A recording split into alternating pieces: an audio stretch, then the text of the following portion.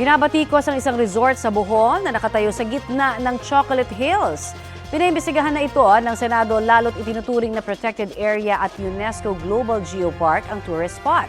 Balitang hatid ni Tina Panganiban Perez. Malawak na swimming pool with slide at may cottages pa. Swak na selfie spot, lalo ngayong paparating na ang tag-init. Pero ang resort, nasa gitna pala ng Chocolate Hills sa Bohol. Pinupuna tuloy ito ng marami. Lalo't ang Chocolate Hills, deklaradong protected area at National Geological Monument noong 1997 ni Noy Pangulong Fidel Ramos. Kabilang din ito sa mga Global Geopark ayon sa UNESCO. Kaya tanong ng marami, paano na ipatayo roon ng resort? Sa Senado, naghain ng resolusyon ng Senate Tourism Committee para imbestigahan ito.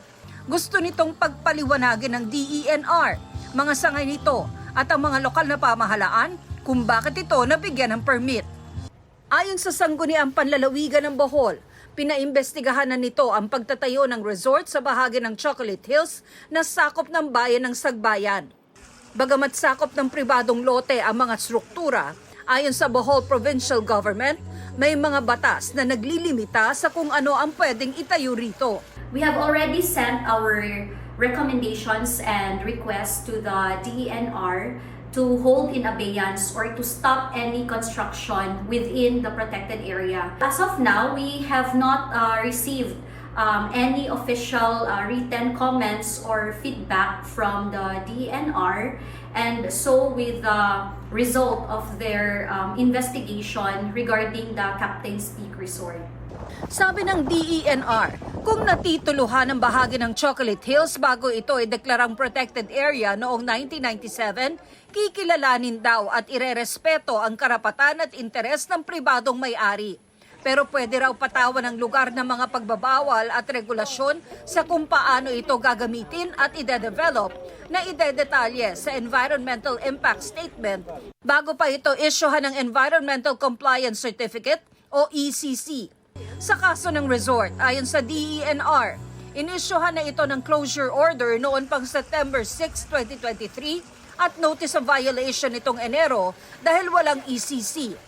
I-inspeksyonin daw nila ang lugar para ipatupad ang closure order. Under the local government code, it's the municipal government that has the primary duty to issue the cease and desist order also and maybe a closure order. Kasi sila din ang nag-issue sa building permit and the mayor's permit. The governor sa provincial government, we can do our supervision making sure na enforce talaga ng municipal government ang batas. Ayon naman sa Department of Tourism, hindi accredited at wala ring application for accreditation ng resort sa Kagawaran. August 2023 pa raw sila nagpahayag ng pagkabahala at nakikipag-ugnayan sa Kapitolyo ng Bohol kaugnay ng issue.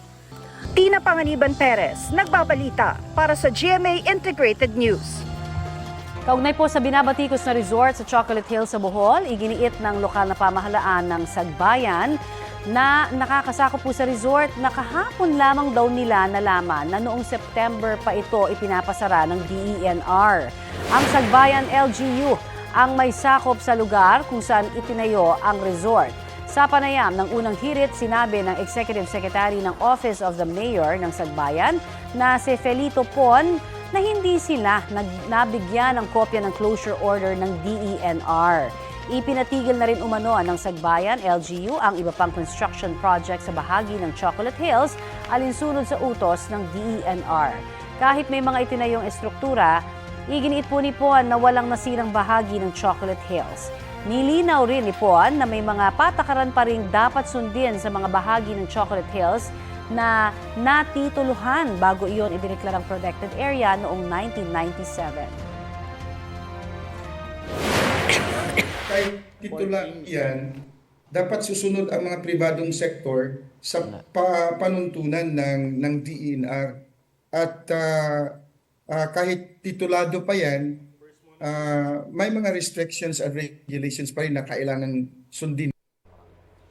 Sinisika pa rin po ng GMA Integrated News na makuha ang pahayag ng may-ari ng resort.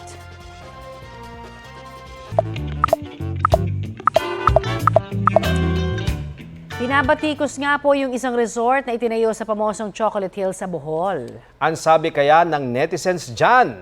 Sabi ni Ramel Bonaubra, hindi daw dapat baliwalain ang pagtatayo ng resort na yan dahil maaaring magdulot yan ng pagkasira ng Chocolate Hills sa isang mahalagang bahagi pa naman ng bansa. Ang tanong naman ni Emily Vasquez, bakit ngayon lang nabigyang pansin at kinikwestiyon ang istruktura?